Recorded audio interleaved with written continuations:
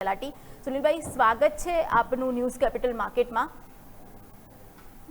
Okay સુનિલભાઈ, સૌથી પહેલાં તો એ જાણવું છે કે જે આખો રિપોર્ટ છે આરબીઆઈનો, એને આપણે કઈ રીતે જોઈ શકીએ? કારણ કે જે આશંકાઓ વ્યક્ત કરવામાં આવી છે, છતાં પણ એક તરફ આરબીઆઈ કહે છે કે બેંકોની સ્થિતિ મજબૂત છે અને બીજી તરફ એનપીએ અંગે આટલી મોટી ચિંતા વ્યક્ત કરવામાં આવી છે અને સાથે જ ગોલ્ડ લોન પર ખાસ ફોકસ કરવામાં આવ્યું છે. તો આ રિપોર્ટને તમે કઈ રીતે જોઈ રહ્યા છો?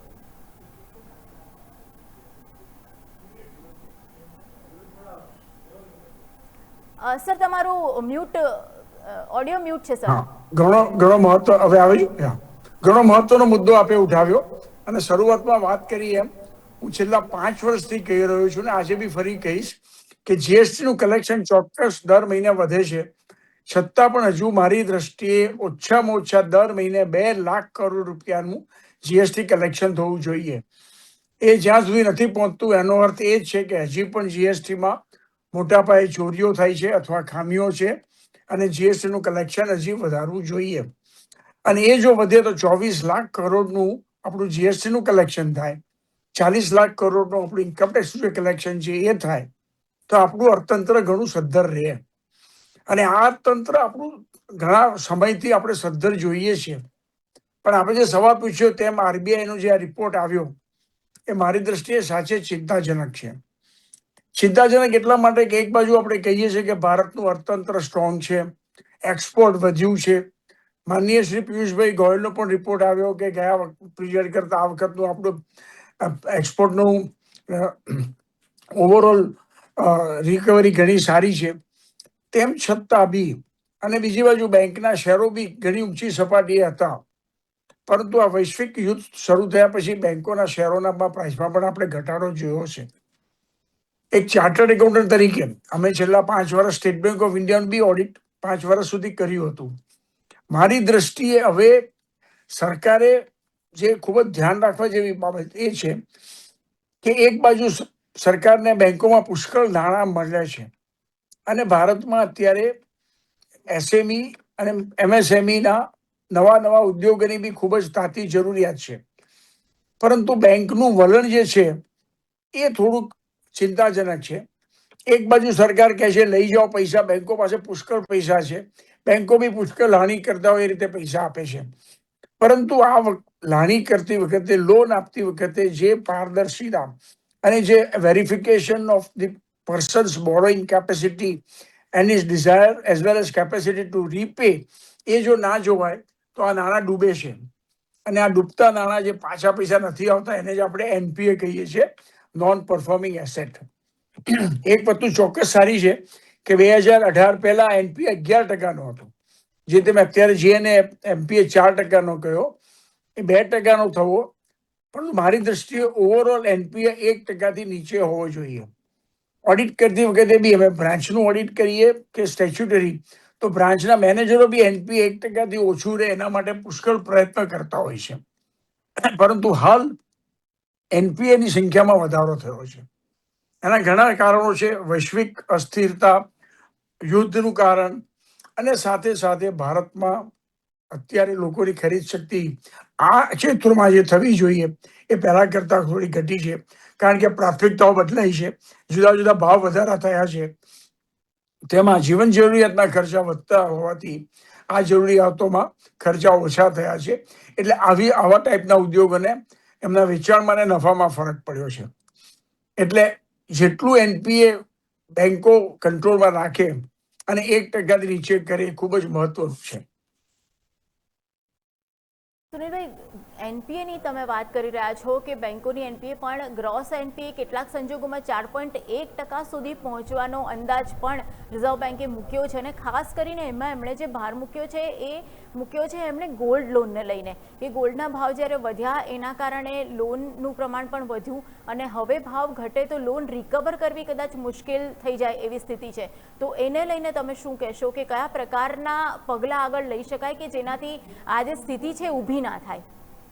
આમાં અનફોર્ચ્યુનેટલી ભારત સરકારે એનપીએમાં જે બાયફર્કેશન આપવું જોઈએ દરેક એનપીએમાં, કે ઇન્ડસ્ટ્રીયલમાં કેટલા છે, કોમર્શિયલમાં કેટલા છે, રિયલ એસ્ટેટમાં કેટલા છે ને ગોલ્ડમાં છે, એ બાયફર્કેશન આપણને નથી આપ્યું. પરંતુ રિપોર્ટ પરથી આપણે એમ ચોક્કસ સમજી શકીએ છીએ કે રિઝર્વ બેન્કે જે રિપોર્ટ બહાર પડ્યો એમાં કે ગોલ્ડના ભાવ જ્યારે આસમાને પહોંચ્યા ત્યારે પુષ્કળ લોકોએ, પ્રાઇવેટ એનબીએફસી તેમજ બેન્કોએ ગોલ્ડની સામે પુષ્કળ પ્રમાણમાં લોનો આપી અને હવે સળંગ લોન આ ગોલ્ડના ભાવ, સોનાના ભાવ ઘટતા ગયા છે અને હજી બી ઘટતા જાય છે અને પ્રિડિક્શન આવ્યું છે કે હજી બી બીજા 1 મહિનામાં થોડાક ભાવ ઘટશે. એટલે ગોલ્ડની સામે બેન્કોએ અને બીજી નાણાકીય સંસ્થાઓએ જે લોન આપી છે એની સામે હવે એમની પાસે પૂરતી સિક્યોરિટી નથી અને એટલે એ રિકવર કરવા પડે. એ રિકવરી અત્યારે શક્ય નથી કારણ કે જે પૈસા અપાયા છે એ જ્યાં બોરોવરે લીધા છે ત્યાં એને ગોઠવી કાઢ્યા છે અને જે ટર્મ્સ એન્ડ કન્ડિશન્સ પર આ ગોલ્ડ લોન આપવામાં આવી હતી એમાં બેંક કે આ બધી બેંકની બ્રાન્ચો કે એનબીએફસી કંપનીઓ પાછી તરત માગી શકે નથી. એટલે સરકારે ખૂબ જ સાવચેતી અને સાવધાનીપૂર્વક હવે ગોલ્ડ પરનું ધિરાણ ઓછું કરવું જોઈએ, 1, ગોલ્ડ પરના ધિરાણનું વ્યાજ વધારવું જોઈએ, 2, અને ધીરે ધીરે ધારો કે 500 ગ્રામ પર લોન આપ્યું હોય તો 100 ગ્રામ પર રિકવરી શરૂ કરે અથવા તો 100 ગ્રામ પાછું લે અને 400 ગ્રામ બાકી રાખે. એ રીતના પગલાં અને એ રીતની પોલિસી જાહેર કરવી પડે. જો આ રીતની પોલિસી જાહેર કરવામાં ના આવે તો મોટાભાગની લોન જે ગોલ્ડ લોન છે એ ઘરવાળા લોકો એટલે કે ને આર્થિક બજારમાં ધંધાર્થે નહીં પરંતુ પર્સનલ જરૂરિયાત માટે લોનો છે એમાં વપરાયેલી છે અને આવા લોકો પાસેથી પૈસા વસૂલ કરવા બહુ તકલીફ પ્રાપ્ત થઈ જાય છે. એટલે સરકારે યોગ્ય પોલિસી જાહેર કરીને ધીરે ધીરે આ અંગે બજારમાં જે ગોલ્ડ છે તે પાછું મેળવીને અથવા તો જેની લોન લીધેલી છે ગોલ્ડની સામે એ ગોલ્ડ પાછું આપીને ગોલ્ડ પરની લોનની કુલ મર્યાદા ઘટાડવાની તાતી જરૂરિયાત છે. જો જુલાઈ અંત સુધીમાં નહીં ઘટે તો એનપીએ હજી પણ વધુ આવશે કારણ કે સોનાના ભાવ જુલાઈ એન્ડ સુધીમાં હજી પણ વધવાની આપણે જોઈ શકતા હોઈએ છીએ, જે સંકેતો બતાવે છે તે. ઓકે સુનિલભાઈ, એક તરફ બેંકો માટે રિઝર્વ બેન્કે એવું કહ્યું છે કે એનપીએ વધવાની શક્યતા છે અને બીજી બાજુ એવું કહે છે કે બેંકો મજબૂત સ્થિતિમાં છે. તો આ બે વિરોધાભાસી પ્રકારના નિવેદન છે તો એને જોઈને અત્યારે આપણે જે એક સામાન્ય કન્ઝ્યુમર છે અથવા તો એક રોકાણકાર છે શેર માર્કેટનો, એ કઈ રીતે આખી સ્થિતિને જોઈ શકે? બેંકોની મજબૂતી પર શું શંકા કરવી અત્યારે કે ફરીથી કોઈ મોટી એવી પરિસ્થિતિ નહીં ઊભી થાય એવી હૈયાધારણા રાખીને બેસું? શું કરવું? ના, એક ચોક્કસ ડાયકોટમી છે. અર્થશાસ્ત્રનો નિષ્ણાત નથી પરંતુ ચાર્ટર્ડ એકાઉન્ટન્ટ તરીકે અને બેંકોના રિઝલ્ટનો અભ્યાસ કરવા પરથી હું એ ચોક્કસ કહીશ કે ભારતની મોટાભાગની તમામ બેંકો ખૂબ જ સારી નાણાકીય પરિસ્થિતિમાં છે. એમના રિઝર્વ્સ બી સારા છે, સરપ્લસ બી સારા છે, ફિક્સ ડિપોઝિટ જે લીધેલી છે તેમને એ પણ સારી માત્રામાં છે અને એની સામે લોન જે આપેલી છે એ બેલેન્સ એક્ટિવિટીમાં છે. એટલે બેંકો અત્યારે નાણાકીય રીતે સદ્ધર સ્થિતિમાં છે હું ચોક્કસ કહીશ કે અથવા તો આર્થિક નાણાકીય તકલીફમાં આવે એવી સ્થિતિમાં નથી. પરંતુ તમે કહ્યું એમાં ડાયકોટમી છે કે એક બાજુ જો બેંકો સારા હોય અને શેરના ભાવ બી સારા હોય, રિઝર્વ સરપ્લસ હોય તો એનપીએ કેમ થાય છે? એનપીએ થવાના કારણ જે મેં કહ્યું એ 3-4 કારણ કરાય. એક તો બેંકોએ બહુ છૂટથી લોન આપી, દે બીકેમ વેરી લિબરલ કે આવો લઈ જાઓ પૈસા. લોન મેળવડા કરતા હતા એ લોન મેળવડા કર્યા એટલે એગ્રેસિવ લેન્ડિંગ હવે ઓછું કરવું જોઈએ. બીજું, પ્રોજેક્ટ ડિલે થતા જાય છે. જે લોકોએ નાણાં લીધા છે ઉદ્યોગો માટે એમાં with respect to our prime minister and minister both at central અને સ્ટેટ લેવલ કે વન વિન્ડો વન ડોર, તમે આવો ને પૈસા લઈ જાઓ ને તરત ધંધો શરૂ કરો, એ ફક્ત એડવર્ટિઝમેન્ટમાં જોવા મળે છે. બ્યુરોક્રેટિક લેવલે હજી પણ પુષ્કળ ડિલે થતું હોય છે.